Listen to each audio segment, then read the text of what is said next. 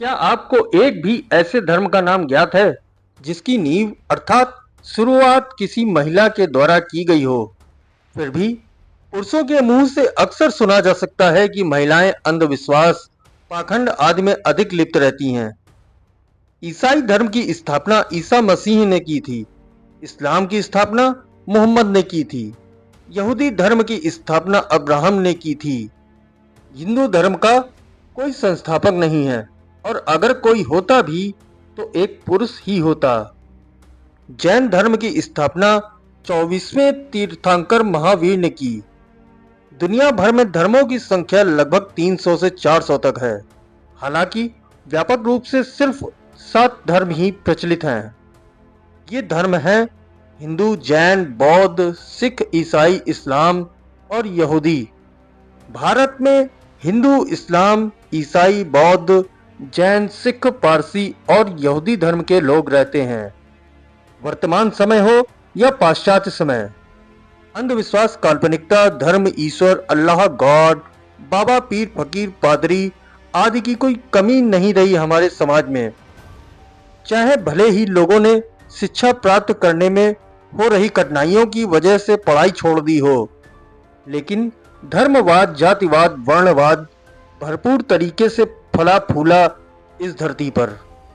यहाँ हम विशेष रूप से किसी की तुलना नहीं कर रहे हैं, परंतु एक बात विशेष तौर पर गौर करने वाली ये है कि महिलाएं ही नहीं बल्कि पुरुषों ने भी धार्मिकता, अंधविश्वास, पाखंड आदि पैदा करने व फैलाने में बढ़ चढ़कर हिस्सा लिया है। महिलाओं का तो सिर्फ नाम ही है अंधभक्ति व पाखंड फैलाने में, मगर विवश तो पुरुषों ने ही किया है। जब आप इसकी गहराई में जाकर विचार करेंगे तो आपको असली कारण पता चलेगा।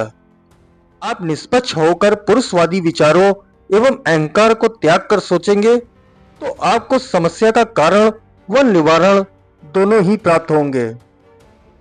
महिलाएं अपनी दशा, स्थिति, परिस्थिति, शिक्षा पर ध्यान न दे सकें, वो पुरुषों की गुलामी से बाहर ना आ सकें, इसके लिए पुरुषों द्वारा हर प्रकार के धर्म व उनकी किताबों में महिलाओं को धार्मिक रीति रिवाज, नियमों के बंधन में इस प्रकार जकड़ दिया गया कि वे उन्हीं के डर से अंधविश्वास में लीन रहे। आप स्वयं देखें, जितने धर्म बने सभी के संस्थापक पुरुष ही हैं। जिस समाज में महिलाएं पुरुषों के बिना स्वीकृति के घर से 2 कदम भी बाहर नहीं जा सकती, क्या वहां महिलाएं बिना अपने पति, पिता, भाई की इजाजत के किसी धार्मिक प्रयोजन, समागम, मंदिर, दरगाह, चर्च आदि में जा सकती हैं?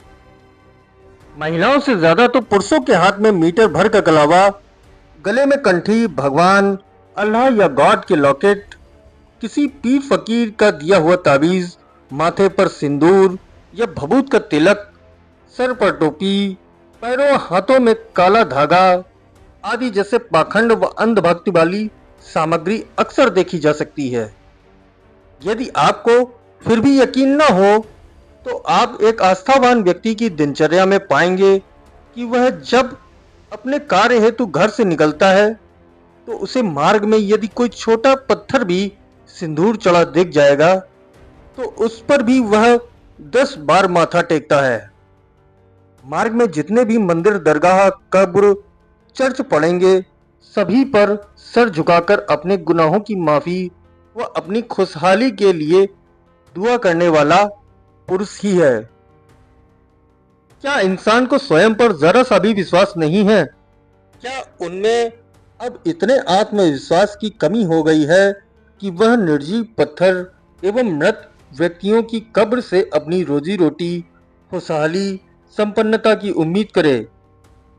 अभी भी यकीन न हो तो गौर करिए, एक मंदिर में पूजा आरती करने वाला पुरुष, मस्जिदों में नमाज अदा करने वाला पुरुष, सफाई करने वाला पुरुष, प्रसाद वितरण करने वाला पुरुष, कथा करने वाला पुरुष, प्रचार करने वाला भी पुरुष, चर्च में प्रार्थना करने वाला पुरुष, अर्थात सभी धार्मिक कर्मकांड पाखंड व अंधविश्वास को फैलाने में अधिकतर पुरुष ही लिप्त है। अब भी यही कहेंगे कि महिलाएं ही सिर्फ अंधभक्ति, पाखंड, धर्मवाद में फंसी हैं। जागरूक सभी को ही होना पड़ेगा और करना भी पड़ेगा। एक दूसरे के ऊपर प्रत्यारोप करने से हल नहीं निकलेगा। क्या सच है, क्या झूठ, सभी को ही सामने रखना होगा और फैसला भी आपको ही करना होगा। तर्कवाद और विज्ञानवाद पर कोई भी धर्म खरा नहीं उतरता। सभी में केवल काल्पनिकता ही मात्र है। धन्यवाद। जय संविधान, जय मूल निवासी।